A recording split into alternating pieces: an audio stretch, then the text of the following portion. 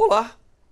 A IUPAP, International Union for Pure and Applied Physics, está interessada em muitas coisas. Dentre elas, a definição das unidades básicas que nós usamos no dia a dia,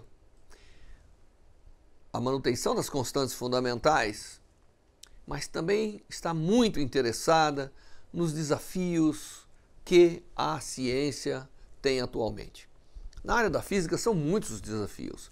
Nós temos desafios desde o entendimento das partículas elementares, da matéria condensada, na física nuclear, na biofísica, na astrofísica.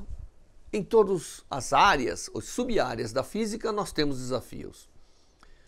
Para que você saiba quais são esses desafios, a IUPAP organizou um workshop especial, que chama-se Entendendo os Desafios da Física Moderna. Cada área da física está aqui sendo apresentada por um líder, membro da IUPAP, e que você terá então agora a chance de entender, através desta apresentação, os desafios que a área apresenta e como os físicos, de um modo geral, estão superando esses desafios para que a física seja um instrumento de entendimento das ciências naturais e que auxilie o homem não apenas a avançar o seu conhecimento, mas a tornar a ciência um instrumento útil da melhoria de vida de cada um existente nesse planeta e nesse universo. Assista e também faça parte do entendimento dos desafios da física moderna. Boa sorte!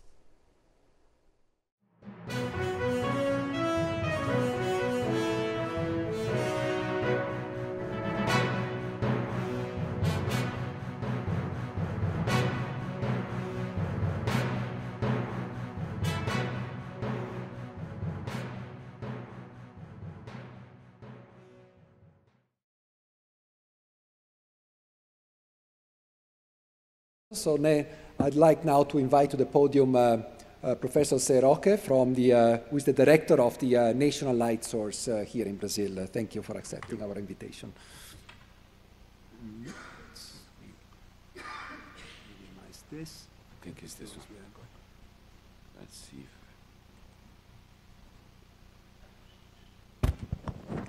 Thank you for the invitation.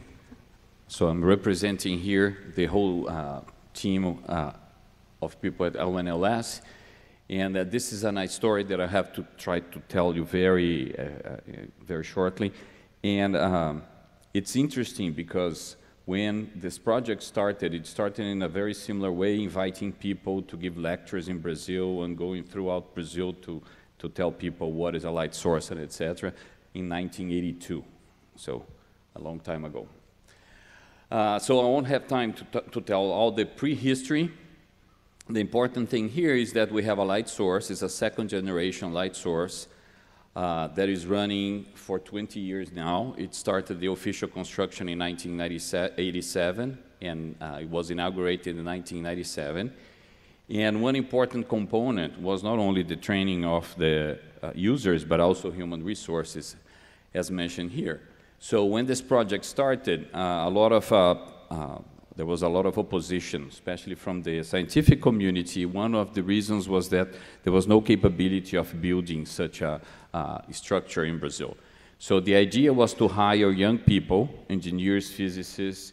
A lot of them just came out of their masters or PhDs or even undergrad, and as we call, hands-on approach. And they interacted quite strongly with other light sources to learn how to actually develop and construct an accelerator and beamlines as well.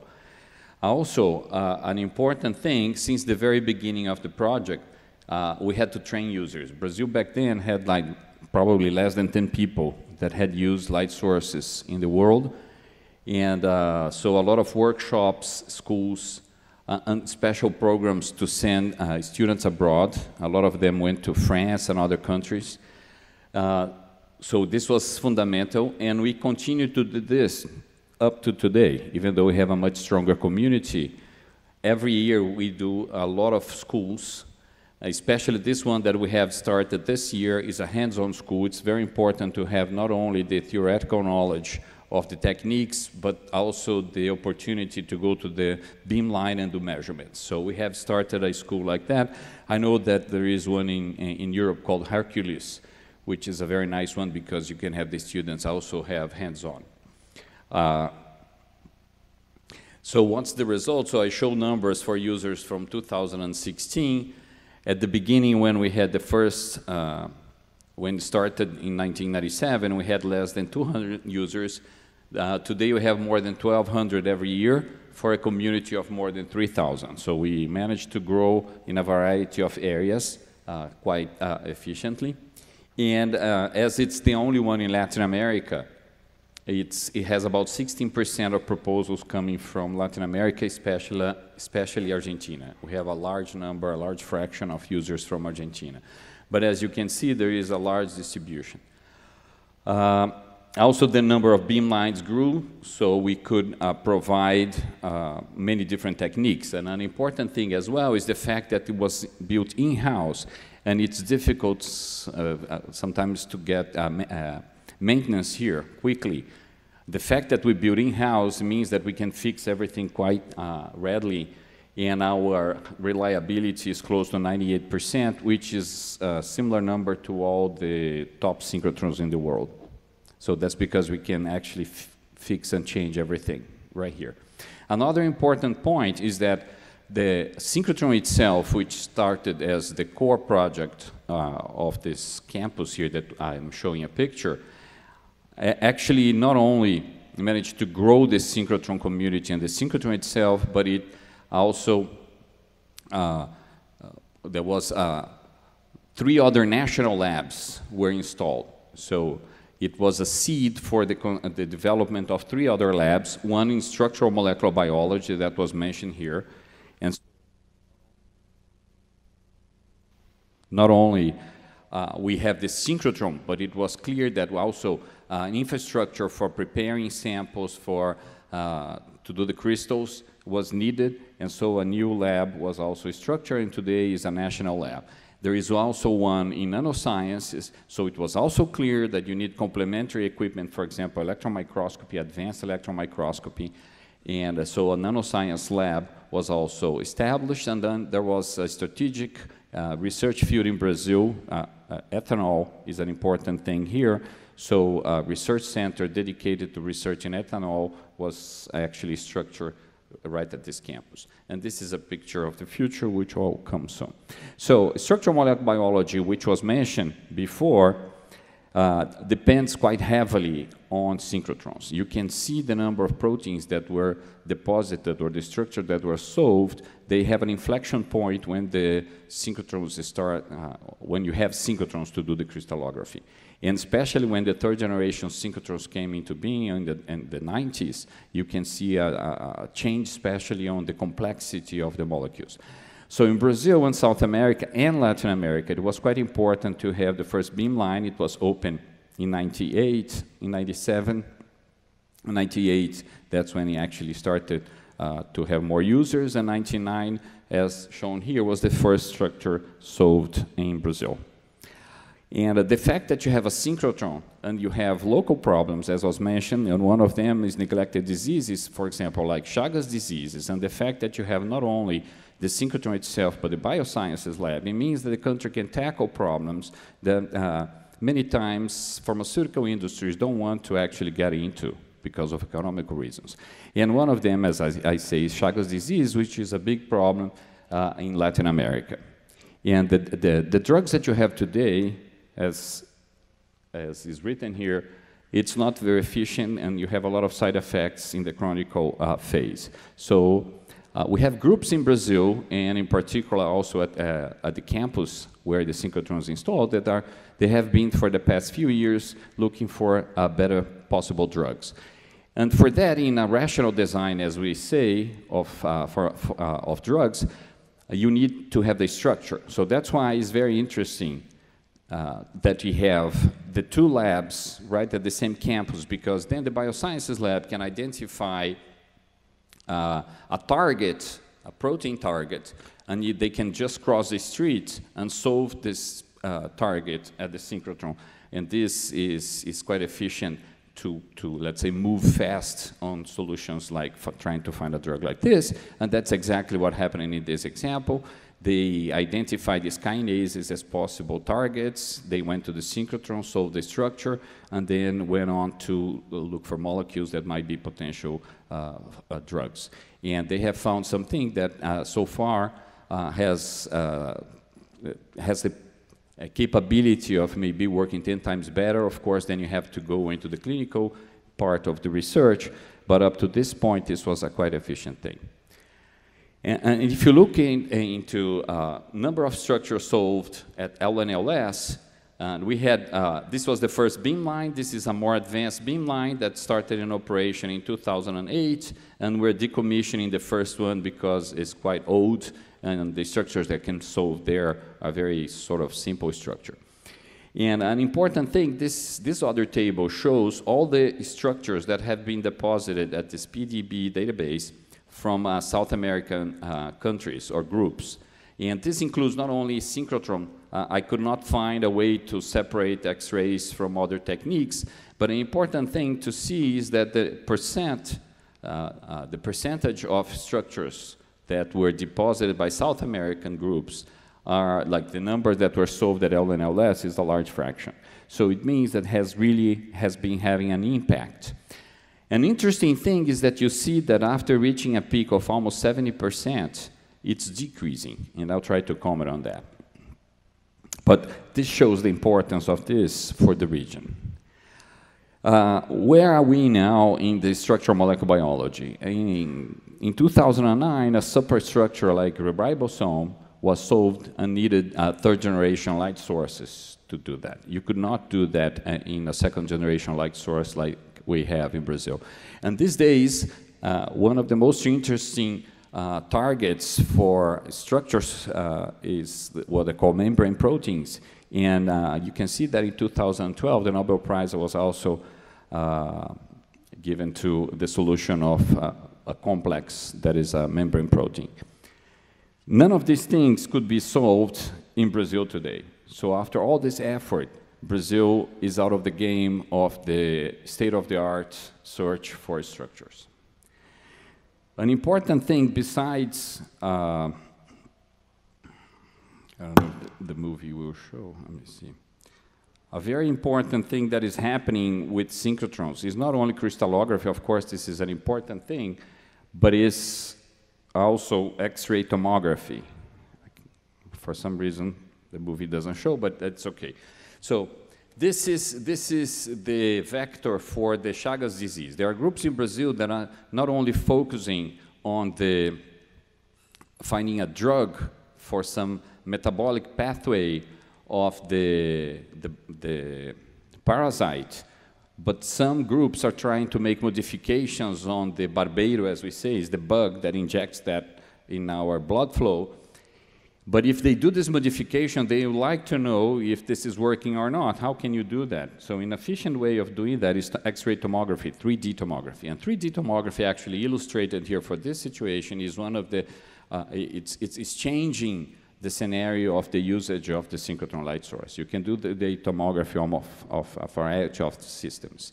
For example, where is the state of the art these days? People are trying to do X-ray tomography of single cells. And for example, these are the only ways. Always when you see microscopy pictures, you have to slice them. You have to prepare the sample, slice everything, and then eventually rebuild this to have a 3D imaging.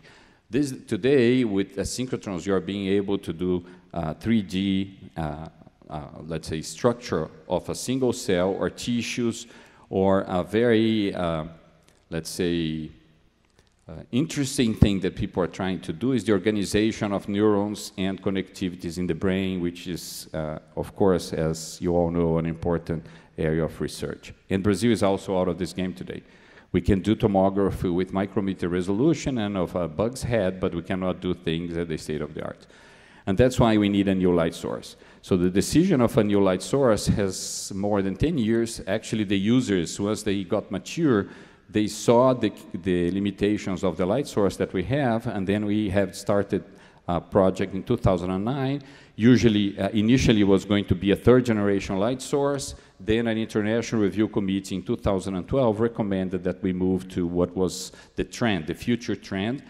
And with the technological risks that were quite a lot, we decided that was an important thing to actually try to be ahead and not be behind. And in 2012, we changed the whole project to what is Sirius today. And there was only one country that was starting to build a synchrotron back then that is now being called fourth generation light sources, which is Sweden. And Max 4, their synchrotron was inaugurated last year, and it's opening to users this year. And after that, after Sweden and Brazil, and then many other countries, for example, ESRF that you mentioned, I agree with you, it's probably the best synchrotron, the most productive synchrotron in the world, is doing its upgrade and is planning to change to a fourth generation large source by 2020 or something like that. And then United States and China and many other countries are following this trend, but Brazil has a chance of being, let's say, momentarily ahead of the pack, or at least competing head-to-head with all these other countries with a very competitive machine. This is a recent picture of the building. It's under construction. It's about 70% ready. There's a lot of activities inside with the tunnel, etc. I don't have time to show that. And it will change completely the scenario of what can be done in Brazil. We'll move from microfocus to nanofocus. It is designed to have many beam lines to be able to do 3D tomography in real conditions, quote unquote, with time resolved experiments, and also provide to Brazilians high energy beam lines that we don't have today. So the design of most of these machines they have in mind, and I'm almost concluding, is that the most important problems that we face today, and you can sit down and think of energy, environment, soil, nutrition, etc., batteries, as shown here, brain, tissues, health. We have challenging materials, complex materials with different length scales and time scales involved. And you'd like to be able to see what's going on with these systems and maybe have a 3D tomography of these things in real time and with different, let's say, external conditions that you can vary, such as pressure and temperature and a magnetic field. And also this 3D, you'd like to be able to plot and superpose not only structural information, but also chemical environment, chemical bonds, atomic information, so you'll be able to know a lot of all these complex systems, and that's how this, let's say, synchrotron light sources are moving. This is sort of the goal, and this is what Sirius is being designed to be able to help. The timeline is to have first beam, if we are on schedule. The construction started at the beginning of 2015. We hope to start the installation of the machine, some parts by the end of this year, some parts by the beginning of next year. Have first beam by sometime, probably second semester of next year, and users in 2019. So far, we are on schedule. So in conclusion, synchrotron science in Brazil and Latin America, as I have shown, has been built completely from ground up. And today has reached a mature level and has had an impact not only in crystallography and structural molecular biology, but we have today at the synchrotron basically all areas of research, all areas, from physicists to chemists, material science, bioscientists, earth scientists, and etc. Sirius is being planned to be one of the best machines, very competitive machine, but I always like to say that the system is as good as its weakest link. And we can build a fantastic machine with accelerators, beamline optics, etc. But without this thing here, people, and that's what LUMP is about, there is no point. So we need people, we need to train them, we need to have good ideas, we need to have the young students trained to use those capabilities. So the science done by them is actually what will determine the success of the Sirius project. Thank you.